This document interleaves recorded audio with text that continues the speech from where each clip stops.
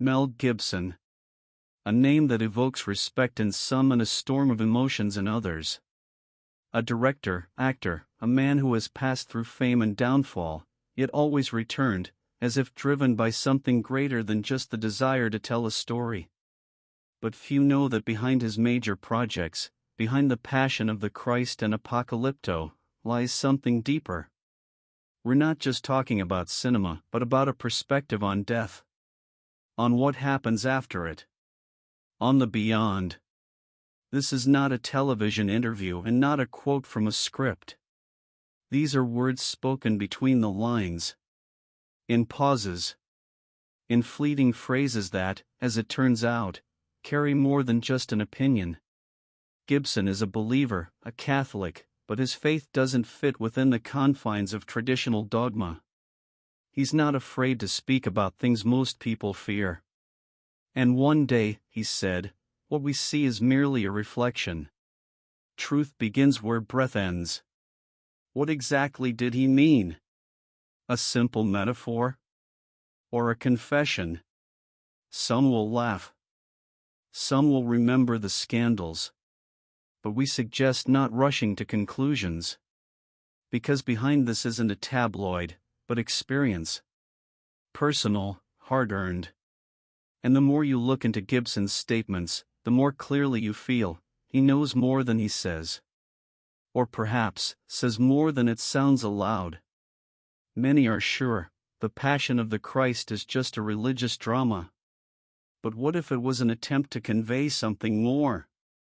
A hint? A message? In one of his rare interviews, Gibson admitted, this is not a story about suffering. This is a story about a door. About a passage. And that door is not closed. Back then, he wasn't understood. Or wasn't wanted to be understood. But years later, when he once again found himself in the spotlight, this time because of rumors about a certain forbidden manuscript, about a conspiracy of silence, everything began to sound differently. More and more often, words appear in his speech that sound unsettling: gates, eternity, silence that speaks. And every time he says them as if he means it. Not as an actor. As a man standing on the threshold. Or already having glimpsed beyond it. So what does Mel Gibson know? Why does he claim that death is not the end, but an access point? Why does he talk about voices a person hears before their final breath, and images that come in moments of pain, not as brain fantasies, but as messages? This is just the beginning. Further, deeper. And more terrifying. Because if he is right, then everything we know about life and death is only the cover. And the real story is still ahead. Many people don't pay attention to words said offhand in an interview. Especially when they're spoken by someone with a scandalous reputation. But in Gibson's case, each such fragment, if pieced together, forms a frighteningly coherent picture. He speaks of time that is running out, of knowledge that does not belong to us, of light that blinds before it reveals. In one of the closed journalist circles, there's a belief, Gibson has long been working on a film that will never be released. A legend? Possibly. But there are too many coincidences. The title that allegedly appears in drafts is The Watchers. The idea is simple and terrifying. There are those who have been watching humanity since the beginning. Not angels. Not demons. Not gods. But others. Ancients. A forgotten race? Beings from another dimension? Or the very souls he spoke of in a 2011 interview, they didn't leave. They are within us. But how could such words come from a man who considers himself a Christian? The answer: fear. Not fear of death, but fear of the truth. In the same interview, he says, we fear hell, but it might not be what we were told. Maybe hell is the truth we will one day discover. These words shocked even the host. The conversation was quickly shut down. But the recording remained. and it can no longer be erased. Then came the rumors that Gibson had become part of some esoteric society, that his pull toward Latin America wasn't just about nature, that he collects texts, old ones, forbidden ones, translates, studies. And Apocalypto, it's not about the natives. It's about us. About a civilization that has reached the edge. And how it will fall. He doesn't speak directly. He can't. Or won't. But in his words, more and more hints appear. They are returning. We are not the first and not the last. History is a lie written in blood. And you begin to realize, in front of you is not just an actor, not just a director, but a man who has touched a mystery. Perhaps by accident. Or perhaps by calling. His phrase, "Sometimes I see their faces in dreams. They're not evil, but they're in pain," doesn't sound like a quote, but like a confession. Who are they? The lost? The wandering? Or the forerunners? The same ones who, according to the lost manuscript, were banished by God. Or hidden from mankind. Too many coincidences. Too many details aligning. Words, films, hints, silence, all of it forms a pattern. A symbol. A message. Perhaps. But the most important thing, he's not alone. Because, as Gibson himself said, truth comes not to those who seek, but to those who are ready to receive. What did Mel Gibson really see? What made a man who survived Hollywood exile, who personally directed films about suffering and faith, suddenly start speaking in half hints, half confessions about another world? A world that exists nearby, yet remains hidden. In 2017, during a private dinner with a close circle of friends, including one journalist, Gibson reportedly said a phrase that still gives chills to those who heard it. "We are dead longer than we live. This is not life, this is a moment between two infinities." His voice was calm. Not religious, not mystical. Just a fact. Like stating an undeniable truth. And then silence. Thick, like the night before a storm. And this wasn't an isolated case. In his private notes, fragments of which leaked online under the label Insider Leak, he writes, "They cannot be seen with the eyes. But sometimes they speak in silence. And we hear it. Everyone who has been on the brink of death has heard that voice at least once."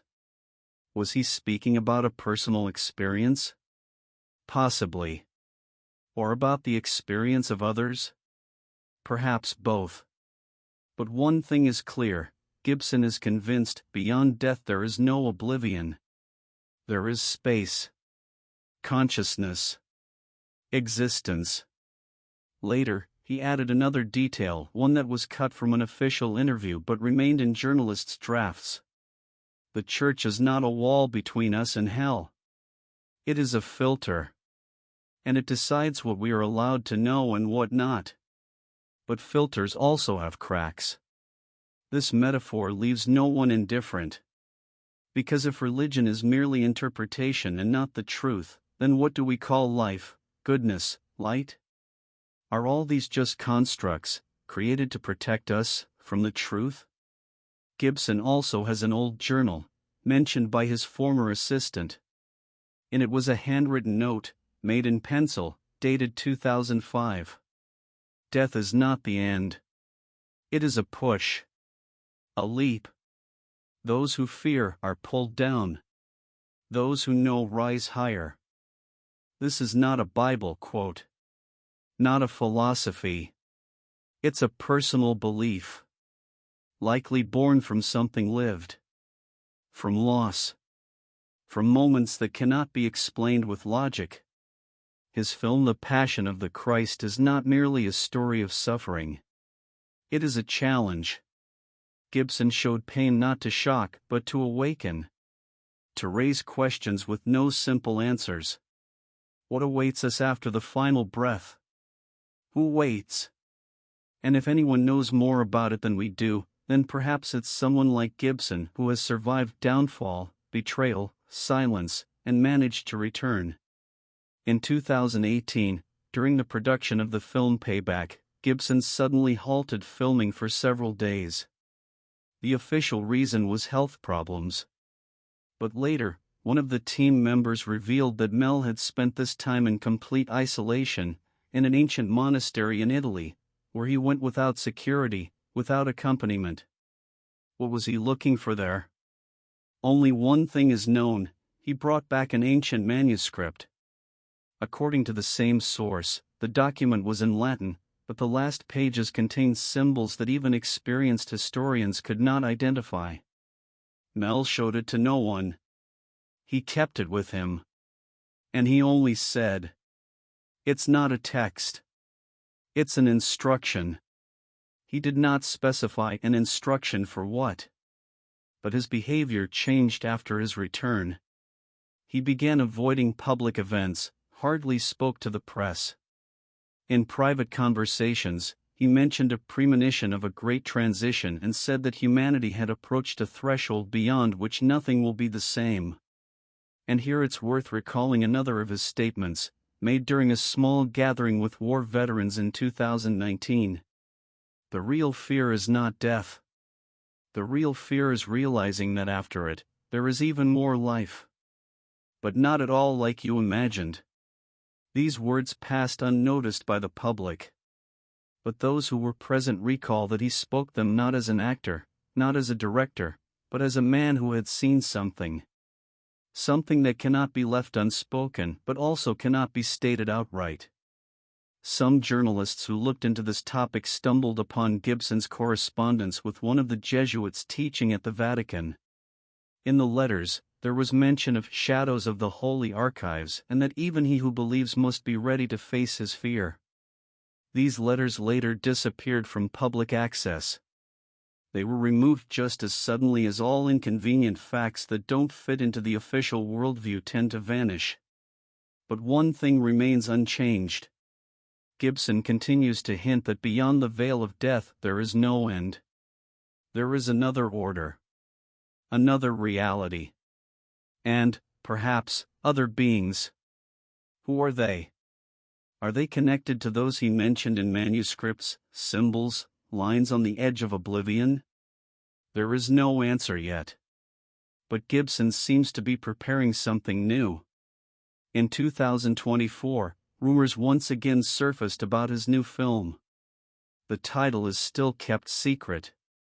But one thing is known: it is based on sources not recognized by official history. Perhaps it is there that we will hear more. Perhaps there, he will finally say what he was not allowed to say before. The year is 2024. In Hollywood, discussions are beginning about Gibson's new project, a film that, according to sources close to the production, is not a work of fiction, but a mosaic assembled from forbidden fragments of truth. The working title, Beyond.